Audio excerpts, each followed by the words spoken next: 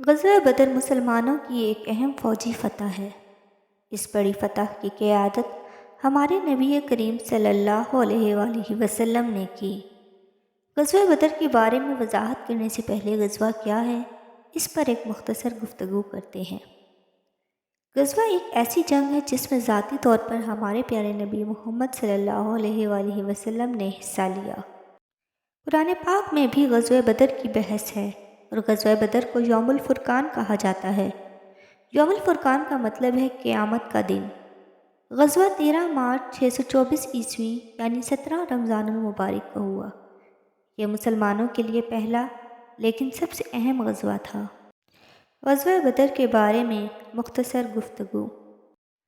جب اللہ سبحانہ تعالیٰ نے نبی کریم صلی اللہ علیہ وآلہ وسلم کو اپنا آخری رسول منتخب کیا تو حضور صلی اللہ علیہ وآلہ وسلم نے قریش سے کہا کہ وہ ایک اللہ کی عبادت کریں۔ قریش مکہ نے اس کا انکار کیا اور حضور صلی اللہ علیہ وآلہ وسلم کو چھیڑ دیا۔ انہوں نے اسلام قبول کرنے سے انکار کر دیا۔ قریش بتوں اور جھوٹے معبودوں کی پوجا کرتے تھے۔ انہوں نے اس نئے مذہب کا انکار کیا اور ان کی شدید مخالفتوں نے حضور صلی اللہ علیہ وآلہ وسلم کو بہت تکلیف اور پریشانی کا سامنا کرنا پڑا۔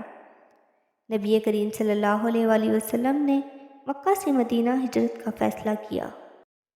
اسلامی تاریخ کا یہ واقعہ ہجرہ کہلاتا ہے۔ ہجرت کے بعد بدر کی جنگ ہوئی۔ یہ جنگ مسلمانوں کے لیے ایک اہم جنگ ہے۔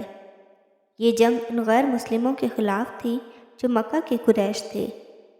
اس جنگ میں مسلمان اقلیت میں تھے جبکہ غیر مسلم ہتھیاروں سے لیس اکثریت میں تھے۔ مکہ سے مدینہ ہجرت کے بعد مسلمانوں کو بہت سے مسائل کا سامنا کرنا پڑا۔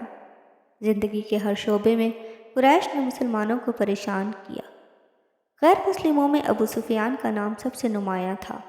غیر مسلم ہتھیاروں سے لیس تھے اور ان کے پاس ایک مضبوط فوج تھی۔ ابو سفیان قافلہ سب سے زیادہ امیر تھا۔ ان کا قافلہ شام سے مکہ مکرمہ چلا گیا۔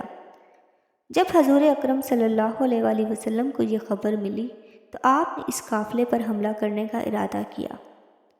ہمارے حضور صلی اللہ علیہ وآلہ وسلم نے تقریباً 313 افراد کو جمع کیا اور اس قافلے پر حملہ کرنے کی کوشش کی۔ غزوہ بدر میں صحابہ کرام کی فہرست نے شرکت کی۔ غزوہ بدر میں کل 313 صحابہ کرام نے شرکت کی۔ غزوہ بدر میں لینے والے چند صحابہ کے نام درج ذیل ہیں۔ حضرت ابو بکر صدیق رضی اللہ تعالیٰ عنہ، حضرت عمر بن خطاب رضی اللہ تعالیٰ عنہ، حضرت علی بن ابی طالب رضی اللہ تعالیٰ عنہ، حضرت ارقم بن ابی ارقم رضی اللہ تعالیٰ عنہ، حضرت بلال بن رباح رضی اللہ تعالیٰ عنہ، حضرت زید بن خطاب رضی اللہ تعالیٰ عنہ، حضرت عمار بن یاسر رضی اللہ تعالیٰ عنہ، حضرت مالک بن امیہ رضی اللہ تعالیٰ عنہ، حضرت ابی بن کعب رضی اللہ تعالیٰ عنہ۔ مسلمانوں کے پاس غزوے کے لیے کل 75 اونٹ اور کچھ ضروری سامان تھا۔ غزوہ 13 مارچ کی آدھی رات کو شروع ہوا۔ مسلمانوں نے مخالفین پر حملہ کیا۔ حضرت علی رضی اللہ تعالیٰ عنہ نے دشمن پر سب سے پہلے حملہ کرنا شروع کیا۔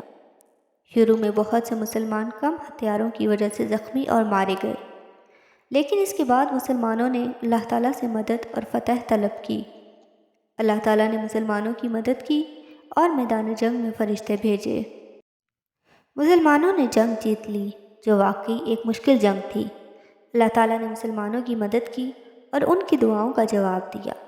اس جنگ سے مسلمانوں کو بہت سا سامان اور بہت سی چیزیں ملی تھیں۔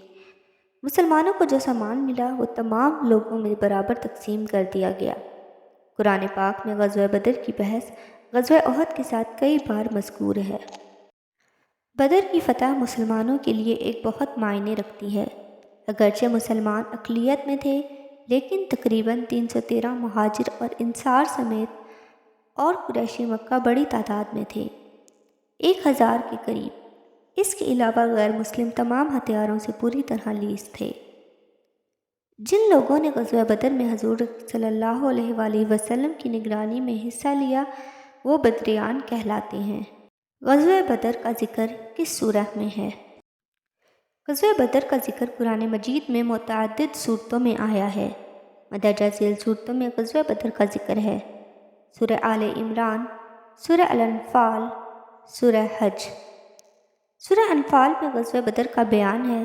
سورہ انفال میں یہ بھی مذکور ہے کہ جب مسلمانوں نے اللہ تعالیٰ سے مدد مانگی تو اللہ تعالیٰ نے میدان جنگ میں 1000 زاویے بھیج کر مسلمانوں کی مدد کی۔